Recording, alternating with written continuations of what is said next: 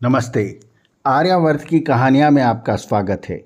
हम पढ़ रहे हैं श्रीमद् भगवद गीता का अध्याय 3 कर्मयोग। श्लोक क्रमांक 33 और 34 में भगवान श्री कृष्ण कहते हैं कि सभी प्राणी अपने स्वभाव और प्रकृति के अनुसार व्यवहार करते हैं। ज्ञानी पुरुष को राग तथा द्वेष के वश में नहीं होना चाहिए, क्योंकि ये मनुष्य के शत्रु हैं।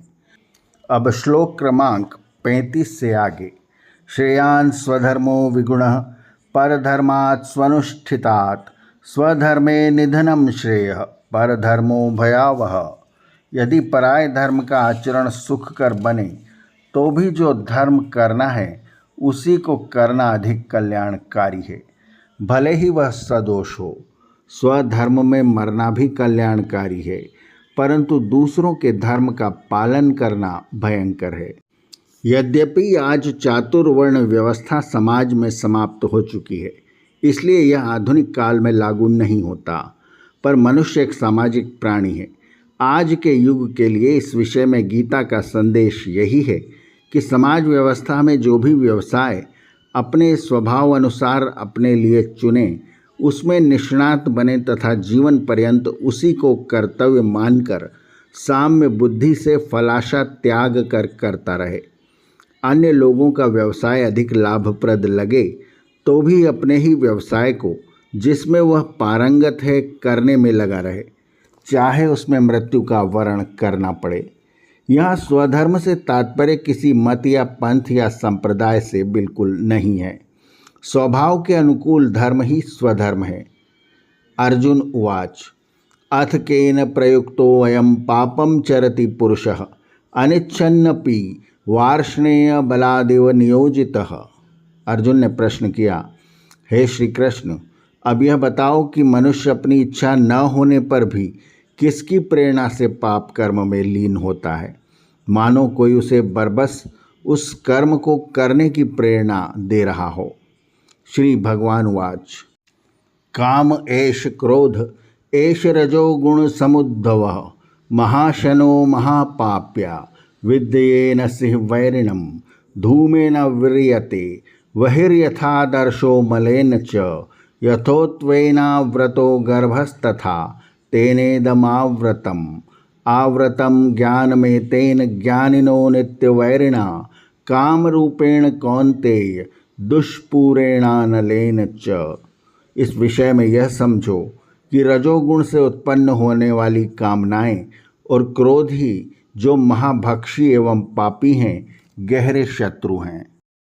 जिस प्रकार धुएं से अग्नि, धूल से दर्पण और झिल्ली से गर्भ ढके रहते हैं, उसी प्रकार इनसे यह सब ढका हुआ है।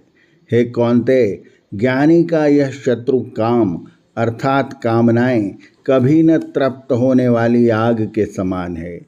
इसी ने ज्ञान को छुपा रखा है या आवृत कर रखा है।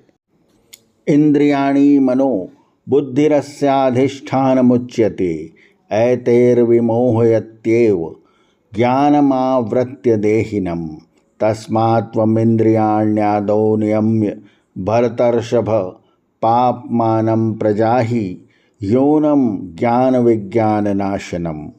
इंद्रियां, मन और बुद्धि को इस कामनाओं का घर कहते हैं।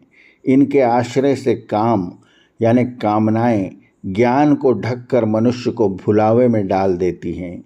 इसलिए हे भरत श्रेष्ठ अर्जुन, पहले इंद्रियों को संयम में रखकर ज्ञान विज्ञान के नाश करने वाले इस कामना रूपी पापी को तू नष्ट कर दे। कहा है कि इंद्रियां स्थूल बाह्य पदार्थों से परे है और इंद्रियों के परे है मन। मन से भी परे भले बुरे का निर्णय करने वाली बुद्धि है और बुद्धि से परे जो है वह है आत्मा। हे महाबाहो अर्जुन, इस प्रकार जो बुद्धि से परे आत्मा है, उस आत्म तत्व को पहचान कर महत्तर और यथार्थ में सचेतन आत्मा के द्वारा अंतःकरण रूप निम्न कोटि की आत्मा को स्थिर निश्चल करके कठिनता से वश में आने वाले शत्रु काम को तू मार डाल। कहने का अर्थ यह है कि लोक संग्रह के लिए कर्म करने हेतु इंद्रिय संयम आवश्यक है। इंद्रिय निग्रह का तात्पर्य कदापि यह नहीं है कि इंद्रियों को दृढ़तापूर्वक दबाकर कर्म करना ही त्याग दिया जाए। ज्ञान का सबसे बड़ा शत्रु कामनाएं हैं, जिससे क्रोध, अविवेक आदि उत्पन्न होकर बुद्धि को नष्ट कर व्यक्ति को विनाश की ओर धकेलते हैं। इसलिए इंद्रिय संयम के द्वारा उन कामनाओं को तू मार। आर्यावर्त की कहानियाँ के अगले अंक में भी जारी रहेगा श्रीमद् भगवद गीता का अध्याय 3 कर्मयोग। आर्यावर्त की कहानियाँ चैनल को सब्सक्राइब करें और बेल आइकन के बटन को दबाएं, ताकि हम जब नया वीडियो लेकर आएँ तो उसकी सूचना आपको तुरंत मिल जाए। धन्यवाद। नमस्ते।